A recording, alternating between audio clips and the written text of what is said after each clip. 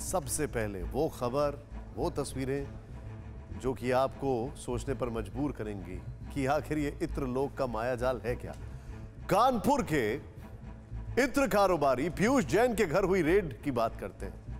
आज से हफ्ते भर पहले किसी ने इस शख्स का नाम तक नहीं सुना था, लेकिन पिछले 4-5 दिनों से हर घर में इसकी चर्चा हो रही है। छोटा हो या बड़ा, हर कोई पीयूष जैन के बारे में जानना चाहता है। रोज गूगल पर, सोशल मीडिया पर पीयूष जैन के घर से मिले नोटों के बंडल वाली तस्वीरें लाखों बार देखी जा रही हैं। हालांकि आज धन कुबेर के काले साम्राज्य वाले तहखाने की तस्वीर भी आई। इसमें से जांच टीम को करोड़ों रुपए की नकदी बरामद हुई। पता चला है कि कन्नौज में पीयूष जैन के घर के नीचे यह तहखाना बना हुआ था और इसमें काफी तिजोरियां मौजूद थीं। इन तिजोरियों के अंदर जो पैसे बरामद हुए उसकी तस्वीरें भी TV9 भारतवर्ष के पास मौजूद है। कई गोल्ड बार भी इस इत्र कारोबारी के घर से बरामद किए गए। हालांकि अभी तक इस रेड को लेकर अलग अलग फिगर सामने आ रहे थे। कोई कह रहा था कि 250 करोड़ मिला है, किसी ने कुछ और रकम बताई, लेकिन आज GST इंटेलिजेंस डिपार्टमेंट ने इस कंफ्यूजन को क्लियर कर दिया। यह बता दिया कि अभी तक की रेड में कानपुर से लेकर कन्नौज तक की छापेमारी में 194 करोड़ से ज्यादा कैश मिला है। कैश, इसमें से 177 करोड़ रुपए कानपुर से, 17 करोड़ कन्नौज से बरामद हुए। इसके अलावा 23 किलो सोना, 11 करोड़ इसकी कीमत है और इसके साथ ही 6 करोड़ की कीमत का चंदन ऑयल मिला है। कुल मिलाकर अभी तक 211 करोड़ से ज्यादा की बरामदगी हुई है। इससे GST और इनकम टैक्स विभाग ने जब्त कर लिया है। जो वैन्स हैं वो RBI चली गई हैं। वैसे कल रात ही कानपुर पुलिस ने पीयूष जैन को अरेस्ट किया था। पूछताछ में उसने ये मान लिया कि GST चोरी की है। इसके बाद आज सुबह अदालत ने उसे 14 दिन के लिए जेल भी भेज दिया है। लेकिन इस रेड के बाद कई सवाल खड़े हो गए हैं। हर कोई ये समझना चाहता है कि, ध्यान से देखिएगा, यहाँ पर एक इत्र कारोबारी के पास सैकड़ों करोड़ की दौलत आई कहां से, और यह भी शायद नोटबंदी के बाद की दौलत है। पुराने नोट नहीं मिले इसमें। क्या इत्र कारोबारी में इतना मुनाफा होता है जो कुछ ही सालों में इंसान को अरबों का साम्राज्य का मालिक बना देता है? क्या वाकई ये सारा पैसा पीयूष जैन का है या किसी का पार्किंग लॉट, या फिर इत्र कारोबारी पीयूष किसी बड़े सिंडिकेट का हिस्सा? सबसे बड़ा सवाल तो यह है कि चुनाव से पहले इत्र कारोबारी के घर पर रेड क्या इशारा करती है। इन सवालों का जवाब समझने की कोशिश करेंगे, लेकिन सबसे पहले आपको रेड की वो तस्वीरें दिखाते हैं जिसने इत्र कारोबार की पूरी काली कमाई को दुनिया के सामने लाकर रख दिया।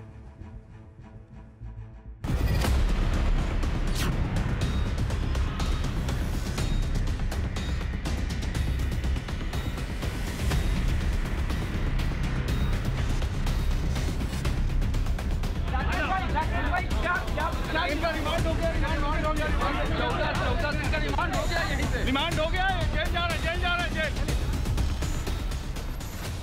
जिसके घर में पिछले 5 दिन से रेड चल रही हो, करीब 200 करोड़ कैश बरामद हो गया, सैकड़ों करोड़ की प्रॉपर्टी की जानकारी मिली, 23 किलो सोना मिला, करोड़ों का चंदन ऑयल मिला।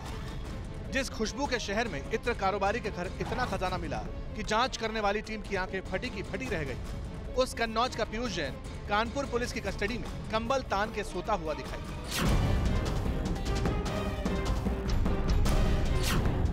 रिपोर्टर शीशे के बाहर से सवाल पूछते रहे, कह रहे थे, उठिए पीयूष जी, कुछ तो बताइए, करोड़ों का साम्राज्य कैसे खड़ा कर लिया। लेकिन मखमली बिस्तर पर सोने वाला पीयूष जैन पुलिस थाने के फर्श पर सिर्फ करवट बदलता दिखाई दिया। अरे पीयूष जी उठिए। सैकड़ों करोड़ के मालिक हैं, जमीन पे सो रहे, उठिए। कुछ बताइए क्या हुआ, कहाँ का पैसा लाए, कहाँ से लाए?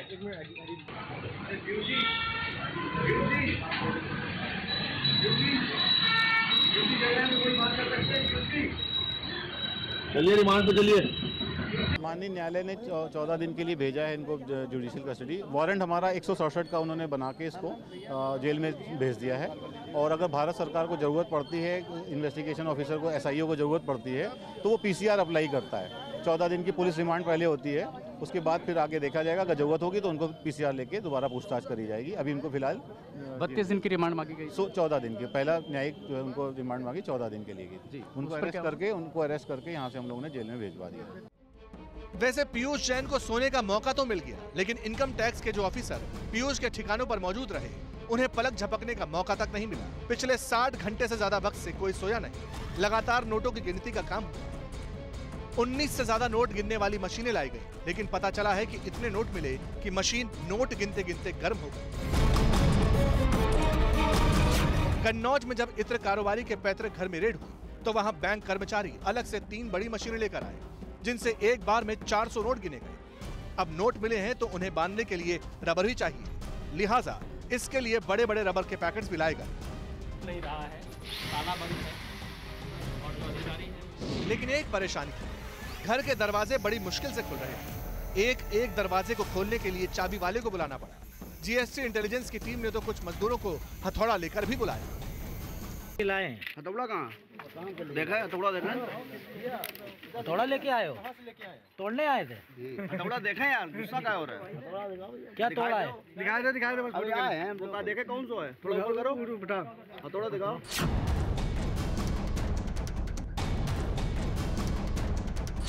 कन्नौज में पीयूष जैन के घर के अंदर एक सीक्रेट लॉकर भी मिला, लेकिन वहां तक पहुंचने के लिए काफी मशक्कत करनी पड़ी। सोचिए, घर में सर्च के दौरान एक बैग से 300 चाबियां भी मिली। अब ये चाबी कहां की हैं, कितने लॉकर्स की हैं, इसकी भी पड़ताल की गई। एक एक चाबी हर दरवाजे पर, हर अलमारी पर लगाकर देखी गई। चाबी लगती गई और धन कुबेर के काले राज खुलते चले गए।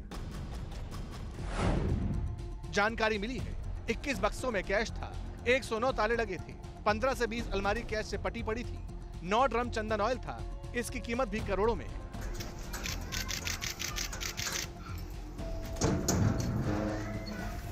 जहां फिंगरप्रिंट लॉक लगा था, वहां कटर के जरिए गेट काटकर एंट्री की गई।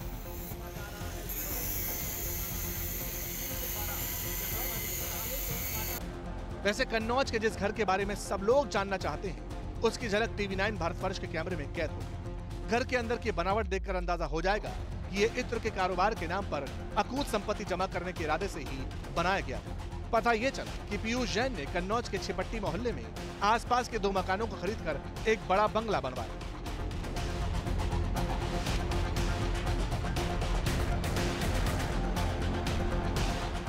अब कुछ लोगों का तो ये भी कहना है कि जब 700 वर्ग गज में घर बनवाया जा रहा था, तब इसके लिए जयपुर से स्पेशल कारीगर बुलवाए गए। हो सकता है इन्हीं कारीगरों ने दीवार के अंदर खुफिया जगह बनाई हो। सवाल इसलिए भी था क्योंकि इतना बड़ा कारोबार और जोखिम होने के बावजूद घर के किसी भी बाहरी हिस्से में एक भी सीसीटीवी नहीं था, और घर भी ऐसा बना कि दूसरे मकानों से बालकनी के अलावा कुछ नजर नहीं आता था। लेकिन अब घर में जो पैसा छिपा कर रखा था, वो दीवारें तोड़कर निकल रहा है। पता तो ये भी चला कि घर के अंदर ही एक तहखाना बना है, उसमें 18 तिजोरियां हैं। इसके साथ साथ अकूत संपत्ति की इतनी फाइल मिली कि सब दंग रह गए। जानकारी के मुताबिक पीयूष जैन 40 कंपनियों का मालिक है।